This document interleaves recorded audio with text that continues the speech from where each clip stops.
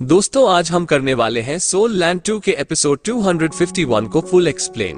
अगर आपने अभी तक इसके पिछले पार्ट को नहीं देखा है तो एक बार देख लेना, वो सभी चैनल पर अवेलेबल है। इस एपिसोड की स्टार्टिंग में हम देखते हैं कि युहाओ डोंगर से कहता है, मैं नहीं जानता कि बिग ब्रदर बीबी की कंडीशन अभी कैसी है, इसलिए चलो चल के देखते हैं। और जैसे ही युहाओ के रूम के अंदर आते हैं तो इन दोनों के ही काफी तगड़े वाले होश उड़ जाते हैं, क्योंकि यहाँ पे पहले से ली जवान होती है और यह कहती है, मैंने बस अभी अभी ही बीबी को ब्रेकफास्ट दिया है और उसकी इंजरी को ही देख रही थी। और फिर युहाओ पूछता है, ब्रदर बीबी आप कैसे हैं? जिस पे बीबी कहता है, चिंता मत करो, ट्रीटमेंट के बाद मैं ठीक हो गया हूँ और मेरे जो जख्म थे वो भी रिकवर हो गए हैं। और तभी लीजन कहती है, ठीक है अब मैं चलती हूँ और सब कुछ प्लान के अनुसार ही होगा। और इतना कह के लीजन यहाँ से चली जाती है और युहाओ कहता है, अगर आप ठीक है तो सब ठीक है, मैं बस नहीं जानता हूँ कि अभी टीचर टैंगिया को क्या हुआ है, लेकिन मैंने उनके लिए कुछ महसूस किया है और ऐसा दिख रहा है जैसे कि उनके दिल को किसी चीज ने कवर कर रखा है और उनकी जो कॉन्शियसनेस है वो पूरी तरीके से साइलेंट है।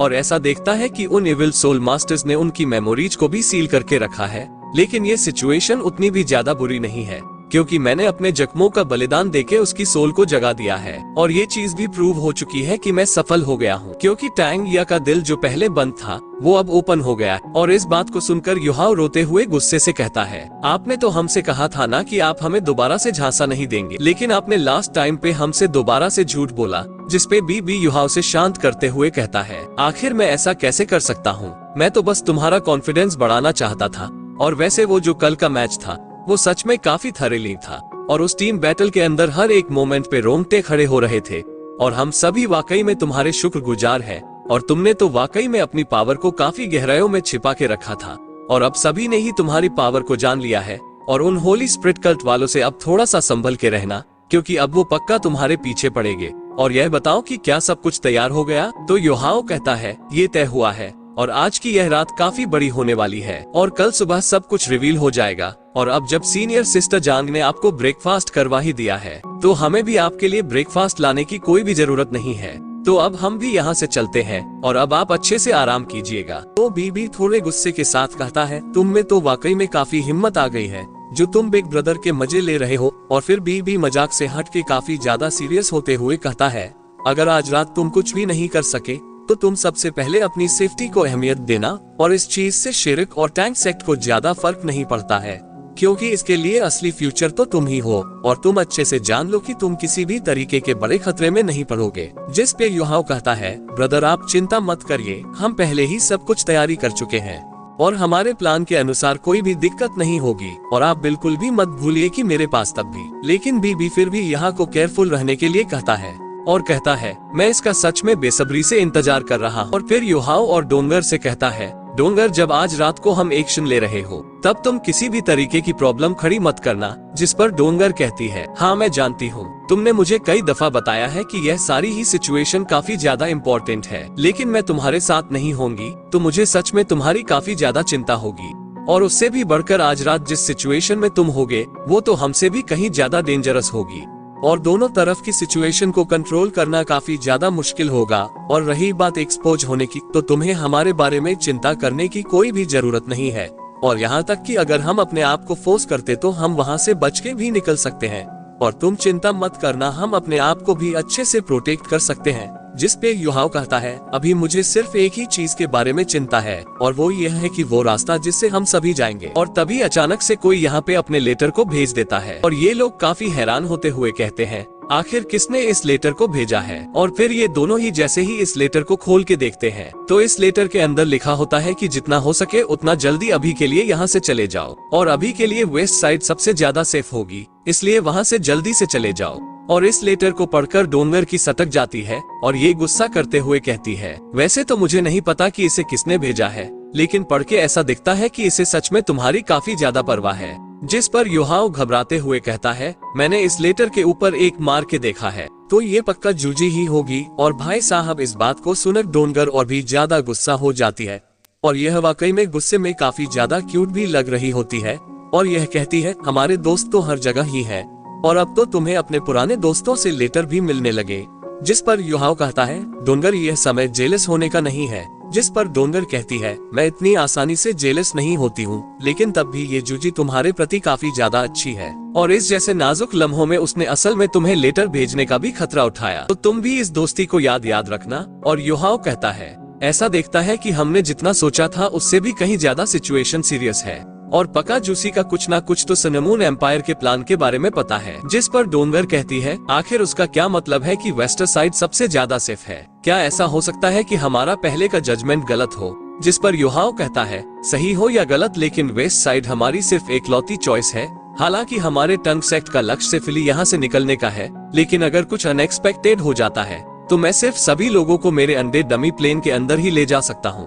हालांकि जब समय आएगा तो हम तीनों ही तरफ की मेन फोर्सेस को फॉलो करेंगे वेस्ट की साइड अटैक करने के लिए, लेकिन अगर किसी भी तरीके की मुसीबत खड़ी होती है तो हम सभी तुरंत ही छिप जाएंगे। जिस पर डोंगर कहती है, लकीली हमारे पास अब भी तुम्हारे ट्रम्प कार्ड है। जिसके बाद में ग्रीन होटल का सीन दिखाया जाता है, जहाँ पे एक बंदा कहता है कि टांग वो अभी तक नहीं आए। क्या तुमने उन्हें टाइम के बारे में नहीं बताया था क्या कि आज थोड़ा जल्दी आना है फाइनल प्रिपरेशन के लिए? जिस पर चैन एन कहता है, मैं पहले ही इस मैसेज को डिलीवर कर चुका हूँ। जिस पर ये एल्डर कहता है, अगर वो लोग नहीं आए तो उन्हें अपनी जिंदगियों से मेरे ब्लैक वाटर के नुकसान की कीमत चुकानी पड़ेगी। तो इसका जो डिसेबल होता है वो कहता है कि टीचर इतने भी ज्यादा गुस्सा मत होइए और उन दोनों पर ही विश्वास रखिए, क्योंकि वैसे भी इस बारी का जो प्राइस है वो सच में काफी ज्यादा बड़ा है। और तभी यहाँ पे लॉर्ड शन भी आते हुए कहता है, इतना भी चिल्लाओ, मुझे पूरा विश्वास है कि वो बच्चे यहाँ पे आएंगे और इस फाइनल के खत्म हो जाने के बाद मुझे उनसे बात भी करनी है। और तभी यहाँ पे तांगू आते हुए कहता है, सभी लोग माफ कीजिएगा इंतजार करवाने के लिए। और तांगो को यहाँ पे देख के लॉर्ड शन कहता है, हमारे सम्माननीय गेस्ट, आप यहाँ पे आ ही गए और आप दोनों ही एकदम सही समय पे आए हैं। और हमारे ब्लैक वाटर लीग की जो ग्लोरी है वो अब बस आप दोनों पे ही निर्भर करती है। जिस पर टांगो कहता है, स्वाभाविक रूप से हम अपना बेस्ट देंगे। और फिर लॉर्ड चैन कहते हैं, लिटिल फ्रेंड, आखिरी बार जब हम मिले थे तब तुमने हम पर काफी अच्छी छाप छोड़ी थी, इसलिए इस कंपटीशन के बाद हम अपनी दोस्ती को आगे बढ़ाना चाहते हैं। जिस पर टांग वो कहता है, इसकी कोई भी जरूरत नहीं है, हमारा सिर्फ इरादा अंडरग्राउंड टूर्नामेंट के अंदर पार्टिसिपेट करने का ही है और हम किसी भी अंडरग्राउंड ऑर्गेनाइजेशन के साथ इवॉल्व नहीं होना चाहते हैं। और इनकी बातों को सुनकर चैन एन काफी हैरान होते हुए मन में कहता है, यंग मास्टर टान की सिचुएशन काफी अलग दिख रही है और आखिर ये दोनों ही एक दूसरे को क्यों नहीं जानते हैं? जिस पर लॉर्ड चैन कहते हैं, कोई बात नहीं, चलो कंपटीशन के बाद बात करते हैं। और चैन एन, तुम हमारे इन दो सामान्य गेस्टों को आज के फाइनल के बारे में एक्सप्लेन कर दो। तो नाना कहता है, 3 अंडरग्राउंड ऑर्गेनाइजेशन टूर्नामेंट का जो फाइनल है इसकी लोकेशन वेस्टर्न रीजन के बाहरी इलाके में है और हमने पहले से ही वहाँ पे तैयारी भी कर ली है। और रही बात कंपटीशन के रूल्स की, तो तीनों पार्टीज की तरफ से 3-3 लोगों को भेजा जाएगा और इनमें से हर एक को 3 घंटे दिए जाएंगे एक सोल टूल को बनाने के लिए। जिसके बाद ये 9 लोग 3 मैचेस के अंदर पार्टिसिपेट करेंगे और जो सबसे पहली चीज होगी उसमें स्किल को कंपेयर किया जाएगा उन सभी 9 लोगों के बीच में, और जो लास्ट में आएगा उसे एलिमिनेट कर दिया जाएगा। जबकि ये जो बाकी के 8 लोग होंगे वो अगले मैच के लिए आगे जाएंगे और जो सेकंड मैच होगा वो एक बैटल होगी, जिसके चलते जिस पर्सन के पास सबसे हाईएस्ट स्कोर होगा वो सबसे कम स्कोर वाले के साथ लड़ेगा, जिससे कि हमें टॉप 4 मिल सके। जिसके बाद इन चारों के बीच में सेमीफाइनल होगा, जिसके बाद आखिर में फाइनल। हालांकि एक चीज को याद रखना पड़ेगा कि ये जो तुम लोग 3 घंटों तक अपने सोल टूल को बनाओगे, इसके तुरंत बाद कंपटीशन शुरू हो जाएगा और इस दौरान तुम लोगों को किसी भी तरीके का रेस्ट भी नहीं मिलेगा।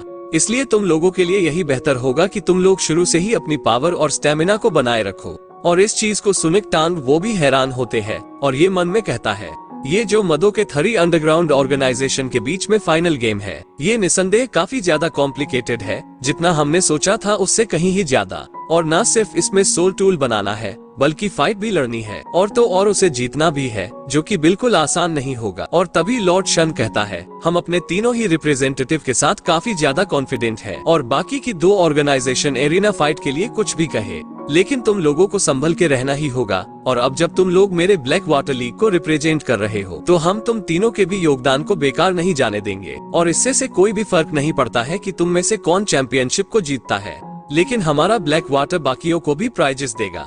और मुझे पूरा विश्वास है कि इन गिफ्टों को बाकी की 2 ऑर्गेनाइजेशन के द्वारा नहीं दिया जा सकता है। और चलो इनके गिफ्ट को यहाँ पे लेके आया जाए। और तभी यहाँ पे एक मेटलिक बैग लाके रख दिया जाता है और इसे देख के सभी लोग ही काफी हैरान होते हैं, जबकि टान वो इसे देख के मन में कहता है ये मटेरियल तो काफी ज्यादा थिक है और ऐसा लगता है कि इस बॉक्स ने अपने अंदर एक काफी हाई लेवल के सोल टूल को संभाल के रखा है और तो और सिर्फ इस बॉक्स को पासवर्ड से ही ओपन किया जा सकता है, जो कि एक प्री डिटरमाइंड बीट रिदम है। और इसके अलावा असल में अगर तुमने किसी भी तरीके के रॉन्ग पासवर्ड को एंटर किया तो ये बॉक्स बिना किसी नोटिफिकेशन के तुरंत ही एक्सप्लोड्स। एक हाई लेवल का एक्सप्लोसिव बॉक्स है और जैसे ही ये बॉक्स खुलता है तो इन तीनों के ही काफी तगड़े वाले होश उड़ जाते हैं, क्योंकि इसके अंदर जो सोल टूल था उसके अंदर से काफी ज्यादा स्ट्रॉन्ग किलिंग इंटेंट आ रहा होता है। और इस सोल टूल वेपन को देख के युहाव भी काफी ज्यादा हैरान होते हुए मन में कहता है इसकी डिस्ट्रक्टिव पावर तो लेवल 9 के सोल कैनन जितनी है, जो कि एक ट्रांसिट डिलो को सीरियसली इंजर्ड करने के लिए काफी है।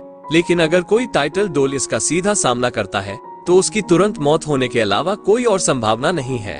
और यहाँ तक कि पूरे सिनेमून एम्पायर के अंदर भी जितने भी लेवल 9 के सोल टूल्स हैं, वो डेफिनेटली 50 से ज्यादा नहीं होंगे, क्योंकि एक लेवल 9 का सोल टूल काफी होता है एक छोटी सी सिटी को पूरी तरीके से डिस्ट्रॉय करने के लिए, जबकि सिर्फ 2 शॉट्स में मीडियम साइज की जो सिटी होगी वो पूरी तरीके से डिसअपियरिंग। और लॉर्ड चैन इस सोल टूल को दिखाते हुए कहता है ये लेवल 9 का सोल कैनन है और इसका नाम डिस्ट्रक्शन स्ट्रोम है और इसका ओनर भी तुम में से ही एक कोई होगा और जो भी पहले स्थान को हासिल करेगा वही इसका मालिक होगा। और फिर लॉर्ड चैन तुरंत ही अपनी पावर से इस बक्से को बंद कर देते हैं, जिसके बाद लॉर्ड चैन यहाँ से जाते हुए कहते हैं चलो अभी नौजवानों अपना बेस्ट देना। हम देखते हैं कि उस डेडली सोल टूल की वजह से सैतो और बाकियों के सिर में दर्द होने लगा था और ये मन में कहता है ऐसा लगा जैसे कि मुझे एक हवा के झोंके ने उठाया हो और ये वाकई में कुछ ज्यादा ही शॉकिंग था। जिसके बाद नन इन तीनों को ही घोड़ा गाड़ी के पास ले आता है और कहता है आप तीनों को ही ये वहाँ तक ले जाएगा। जबकि इस तरफ ये जो बंदा होता ये काफी हैरान होते हुए अपने मास्टर से पूछता है मास्टर क्या ऑर्गेनाइजेशन सच में असल में लेवल 9 के एक सोल टूल को देने वाली है रिवर्ट के रूप में? तो इसका टीचर कहता है अपनी बकवास बंद करो, क्या तुम्हारे पास यहाँ पे बोलने की भी अथॉरिटी है? और सेकंड ब्रदर आपको इस पे क्या लगता है? तो ये जो लॉर्ड चैन होता है ये कहता है कि यह बच्चा जो है ये इतना भी सिंपल नहीं है, क्योंकि वहाँ पे जो वो छोटा सा एक शॉक दिया गया था तो उसने तुरंत ही रिकवर करके अपने आप को संभाल लिया। तो यह चीज ये प्रूव करती है कि उसकी जो स्पिरिचुअल पावर वो काफी स्ट्रांग है और लगता है कि हमारा मानना भी सही है कि वो एक spiritual power type evil soul master है। लेकिन वो हमारे सिनेमून एम्पायर से नहीं है, क्योंकि उसके पास जो उस ऑर्गेनाइजेशन की एबिलिटीज है तो उसे कब का ही ऑर्गेनाइजेशन के अंदर भर्ती कर लिया गया होता और अब तक जो ऐसा टैलेंट किसी को भी नहीं मिला है, तो इसे रिक्रिएट करना काफी नामुमकिन सा ही होगा। तो ये जो टीचर होता ये काफी जोरों से हंसते हुए कहता है ये बच्चा उतना भी ज्यादा बुरा नहीं है और इस बारी जो हमने इतना बड़ा रिवॉर्ड बाहर निकाला है तो ये बेकार नहीं जाएगा और फ्यूचर में मैं उसे काफी अच्छी तरीके से सिखाऊंगा।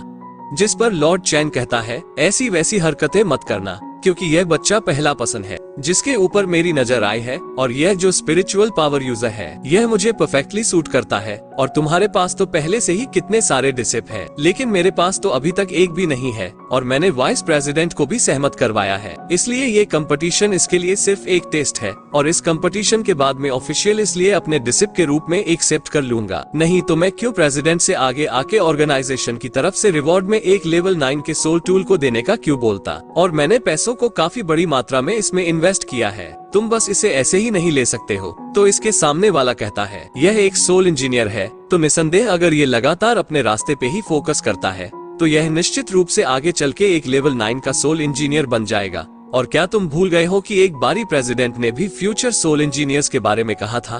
और वैसे तो सोल मास्टर का कल्टिवेशन वीक नहीं होता है, लेकिन जब बात सोल इंजीनियर्स के टैलेंट पे आती है तो किसी को भी किसी भी हालत में हार नहीं माननी चाहिए। तो क्यों ना हम दोनों ही उसे साथ में सिखाएं। और इसी के साथ हमारा यह एपिसोड भी यहीं पे खत्म होता है। अगर आप लोगों को वीडियो अच्छा लगा हो तो प्लीज चैनल को सब्सक्राइब और वीडियो को लाइक करना बिल्कुल भी ना भूलें।